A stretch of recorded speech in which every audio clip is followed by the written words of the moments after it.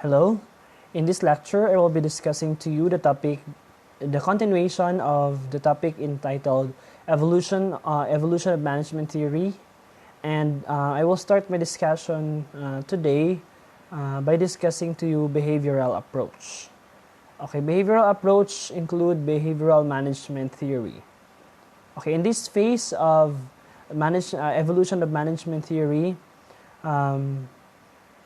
they have management experts under this area noticed that scientific management, administrative management, bureaucracy introduced in the classical approach have something naa siya kakulangon nga mapunan ni behavioral management theory. Okay, what is behavioral management theory? Behavioral management theory is often called as human relations movement. It focuses on the human aspect of work. During the 20th century, management principles were not able to address many management situations, specifically those that deals with human behavior. Theorists then believed that a better understanding of human behavior while at work improved productivity and that employees are not machines but are considered to be valuable assets in the organization. The problem with classical approach is that unlike behavioral management theory, it doesn't value more, diba, the benefit, the welfare of the employees. Behavioral management theory focuses on human relations, diba? Human aspect of work. And then management experts under this approach, or who are using behavioral approach, really believe that a better understanding of human behavior while at work improve productivity. And then employees are not that machines but considered valuable assets in the organization. Behavioral management theory was introduced to us by various management experts, including Elton Mayo. Elton Mayo is a Harvard researcher. He followed Hawthorne studies did by some of his colleagues on the productivity of employees working at the Western Electric Company in Chicago from 1924 to 1932. Pag behavioral management theory, human relations movement. So, pangalan din ni Elton Mayo, ang usa sa mga pangalan nga mogawas is Elton Mayo, di ba? Prominent individual in the field of management that under behavioral approach. The first experiment tested the relationship of the lighting levels to worker productivity. The results showed that lighting has no effect on the increase or decrease of effort an employee exerts. Whether there is good lighting condition or not, the productivity of employees remains the same as they know what they are being observed. So, they conducted a first experiment, and then these management experts focuses on human aspect. They believe that once the employee are valued, and then once the behavior at work of the employees is being considered, they believe that it can increase or it can be a determinant in increasing productivity. So the first experiment is that they wanted to find out whether there is a relationship between lighting levels to worker productivity. The results show that lighting has no effect on the increase or decrease of effort an employee exerts, diba? When there is good lighting condition or not, the productivity of employees remains. A few years later, Mayo and his team conducted another experiment, and this time, they supervised 5 group of women in a bank wiring room. They gave these women special attention and privileges such as take rest intervals, leave the workplace without asking permissions, and give incentives such as free lunches and day offs on special occasions. This experiment notably increased production rates. So, in another experiment conducted by Mayo's team, diba, observing 5 group of women, they give this group of women special attention and privileges like free lunch, like they can leave the workplace without permission, meaning they empower these women, group of women. And then the result turns out that the experiment notably increased production rates. Mayo then concluded out of his experiment that change of lighting does not have anything to do with productivity, but rather the supervisory tasks are given to these 5 women empower them to work harder. As pioneers of the experiments, they became primary supervisors as they set an example and influence in the work attitude of the employees under their supervision. So this experiment became known as the Hawthorne effect, which stresses the human relations and social needs of workers as crucial aspects of management. So behavioral management theory or the behavioral approach stresses that the human aspect or the human relations and then the social needs of workers plays a crucial aspect in the success of the management of an organization, because experts under this approach or under this area, experts who believe that human aspect of work should be considered. They believe that once an employee is valued, being considered a valuable asset of the organization, and then provided with social needs and then attention, empowered, they can work better in an organization. So, under behavioral approach, there are different motivational theories, and these motivational theories are product of behavioral management experiment, proving that considering or valuing behavioral aspect at work can increase and improve workers' productivity and thereby attaining organizational goals and objectives. So here are some motivational theories. Okay, over the years, there are several motivational theories were introduced. Some of these are Douglas MacGregor's Theory X and Theory Y, Abraham Maslow's Hierarchy of Needs, Frederick Hertzberg Theory of Motivation. All of these emphasize that human behavior at work plays a vital role in the success of an organization, also in the performance of the worker. We will discuss first Douglas MacGregor's Theory X and Theory Y. The average human being has an inherently dislike of work. So Theory X employee, it has an inherently dislike of work and will avoid if possible. So in short, Theory X employees are lazy. They dislike work and they will avoid if possible work. Because of these human characteristics of dislike work, most people must be coerced, controlled, directed, and threatened with punishment to get them to put forth adequate effort. So it is a challenge for you as manager. So this is muna nakita sa mga management experts nga believe that human aspect should be really considered. Muna lang nakita like Elton Mayo, muna lang nakita nga ang empleyado lahi og behavior. Like it's difficult to manage employees because they portray different types of behavior, di ba? That is why as manager you should be flexible. As future manager you should be flexible. Like pag nakay Theory X nga empleyado, what will you do? So it makes you, of course, it makes you coerce them, control them, direct them, it threaten them, di ba? In order for them to put forth adequate effort. Like for example, nakitapulan ng empleyado. So from time to time you will direct, from time to time you will check that particular employee whether he is working or not. Another, the average human being prefers to be directed, wishes to avoid responsibility, and has relatively little ambition and wants security above all. This is the problem of Theory X employees, mga tapulan. Diba? Gusto nila nga, they prefer to be directed most of the time. Suguon sila. They wishes to avoid responsibility, and then has little ambition, and of course, they want security above all. Gusto pa og security in the workplace above all, like security of tenure. Pero they are not doing their job well. Theory X employees. Whether we like it or not, based on Douglas MacGregor's Theory X and Theory Y, we can really say that in reality, there are really individuals who belong Theory X, diba? Theory X employees. Next, Theory Y.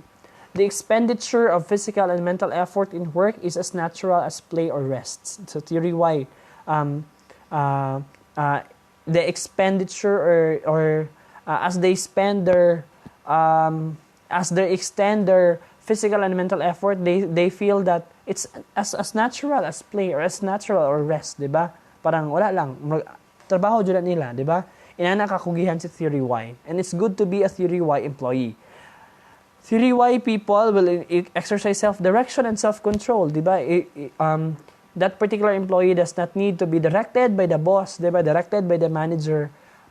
He has its own self-direction and self-control in the service of objectives to which they are committed. Commitment to objectives is a function of the rewards associated with achievement. That is Theory X and Theory Y. Take note, you should be always Theory Y. If you're a manager, then manage properly your employees, categorize them according to Theory X and Theory Y. If Theory X employees, you need to coerce, control them, direct them from time to time. However, if your employees are Theory Y, you need to give some empowerment, diba? Give them self-direction, self-control to do what they think good for their job. Next, Frederick Hertzberg theory of motivation. Okay, this theory is called Hertzberg two-factor theory, hygiene factors and motivational factors. Okay, based on the diagram, makita nato nga na ay hygiene factors. According to Frederick Hertzberg, hygiene factors are company policies, quality of supervision, relations with others, personal life, rate of pay, job security, working conditions. On the other hand, motivational factors include achievement, career advancement, personal growth, job interest, recognition, and responsibility. So there are two kinds of factors, hygiene factors and motivational factors. When we say hygiene factors, they do not serve to promote job satisfaction. Diba? Having hygiene factors, they do not serve to promote job satisfaction, but their absence can create dissatisfaction. According to Frederick Hertzberg, hygiene factors do not serve to promote job satisfaction. By having only the hygiene factors, an employee cannot be satisfied of his or her job. But absence of these factors can create dissatisfaction. Like for example, pay, your salary, di ba? Pay is considered hygiene factor. They do not serve to promote job satisfaction, but without pay, without salary, there is dissatisfaction. Interpersonal relations, supervision, administration, company policy, working conditions, status, and security. On the other hand, according to Frederick Hertzberg, there is what they call motivation factors, diba? Real motivators. Work, recognition, achievement, possibility of growth, and advancement. So this is what they call real motivators. According to Frederick Hertzberg, it is the motivation factors who can really motivate employees to work well, like the work itself, diba? Employees can be motivated by the work itself, diba? Say ang trabaho, and then recognition, a simple good job that can really boost their morale to work, diba? Very good recognition, diba? Achievement, and then possibility of growth and advancement. Take note, based on the diagram, hygiene factors do not serve job satisfaction. Do not serve to promote job satisfaction, but their absence can create dissatisfaction. And then, having hygiene factors having hygiene factors alone is not a assurance that you will be satisfied. Of course, they do not serve for job satisfaction. You need to have real motivators for you to be satisfied and then motivated. This is what they call advancement, for example, career advancement, personal growth, job interest, recognition, and responsibility. Next is Maslow's hierarchy of needs. American psychologists, diba? Abraham Maslow is an American psychologist. He created the hierarchy of needs. This is also introduced in the field of psychology.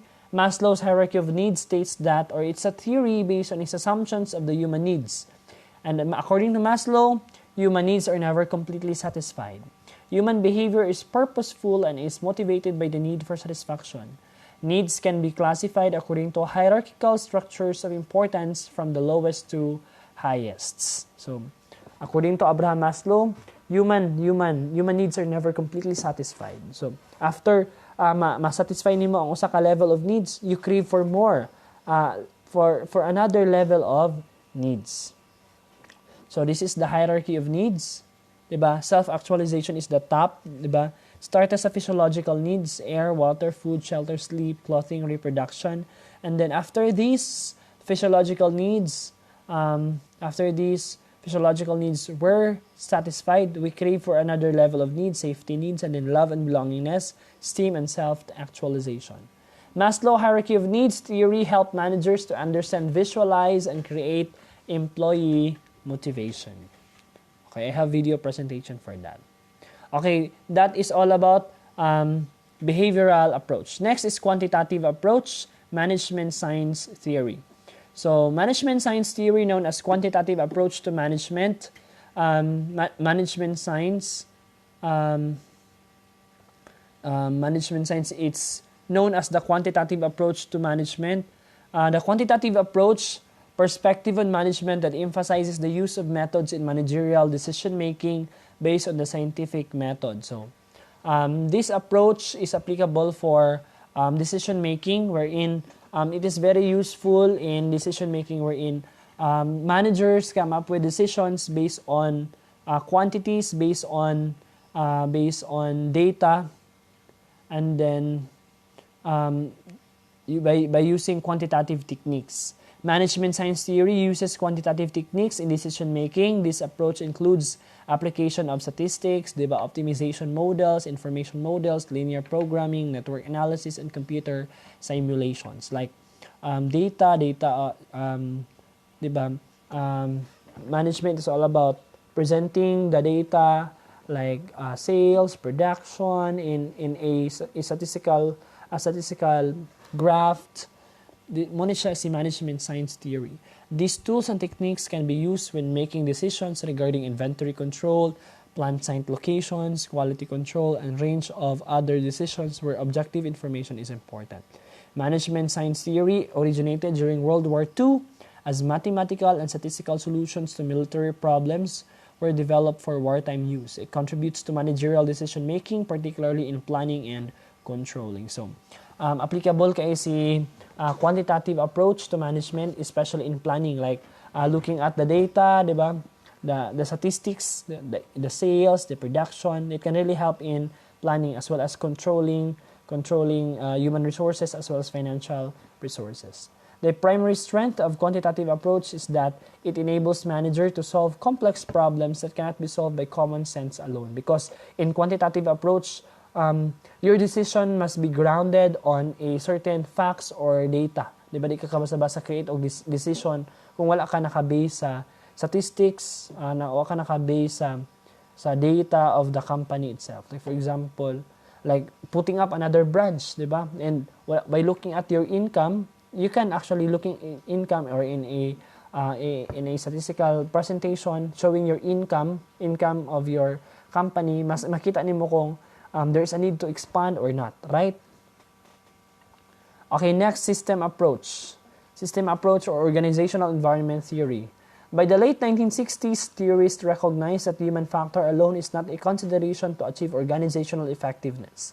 They understood that the organization is a part of a larger environment outside its boundaries, and it's affected by social, technical, and economic factors which are informed of systems perspective based on physical senses. Later, nakita nila management experts, management specialists, they notice that human factor alone is not a consideration to achieve organizational effectiveness or productivity. We need to deal with the environment, outside and internal environment, meaning that in an organization, environment plays a vital role, or environment can be an influence to the success of the organization. So there are two basic types of systems, open and closed. Diba? Open, we have an organization who is open system. It interacts with its environment. It's good that an organization interacts with its environment because the business environment plays a vital role in the success of an organization. Closed system, it has no interaction with its environment. Knowing and using this systems approach will help managers visualize the organization as a whole and would help in coordinating the work activities as one, realizing that decisions, actions, and plans taken will affect the entire organization. Systems perspective is a way of viewing aspects of an organization as an interrelated system. It keeps the manager focused on the external environment. Like for example, here, the illustration, like the organization must consider the environment, diba? In creating inputs, demands, support, plans, activities, it must also deal or consider its environment. Meaning, environment can be an influential factor or influential can be an influence to the inputs or the possible plans and projects, programs of the organization. It will undergo a process, and then decision on policies or outputs should be also based, or it can be influenced by the environment, and there is always feedback. Okay, system view of organization like IPO, input, process, output. Inputs are resources, process, discussion, deliberation, and then products, services, and policies, and then inputs and outputs is being influenced by a bigger or larger environment. Environment demands of society. Okay, entropy. Entropy, organization will die without a continuous input from the outside environment. So there's what we call the concept of entropy. An organization will die without continuous input from the outside environment. Inanaka-importante si business environment. Diba? If the organization has no contact, has no interaction with its outside environment, the organization will die, and that is called entropy. In fact, according to the former CEO of the General Electric, Jack Welch, he said that if the rate of change inside the organization is as fast as the rate of change outside, then the end. If the rate of change inside the organization is not as fast as the rate of change outside the organization, then the end is near. That's why an organization must deal or must adopt diverse changes in the environment. We have also synergy. The whole is greater than the sum of its parts. When various parts of the organization work together, they can produce much more than they could by working independently. Next approach is contingency approach. It emphasizes that there is no single best way to manage people or work in every situation. Also known as situational approach. This approach states that managing an organization depends on the managing capacity of the manager, diba? There is no single best way to manage people or work in every situation. Muna si contingency approach.